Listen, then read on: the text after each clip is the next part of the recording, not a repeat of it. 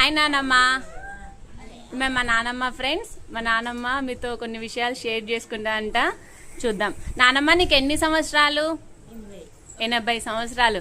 నానమ్మ నువ్వు ఏమైనా గోళీలు వేసుకుంటావు ఇప్పటికి? ఏం గోళీలు వేసుకో? ఒక కాళ్ళ నొప్పులు తప్ప నీకేం లేదు కదా? అంతేనా? అప్పటి ఫుడ్ మంచి ఉందా ఇప్పటి ఫుడ్ మంచి ఉందా? నువ్వేమేం చేసినావు అప్పుడు పనులు? తిన్న గడక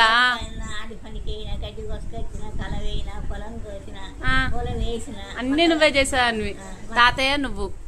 సో ఇప్పుడు ఎట్లున్నారు అందరు? ఇప్పుడు ఏమైనా పని చేస్తున్నారు ఎవరన్నా?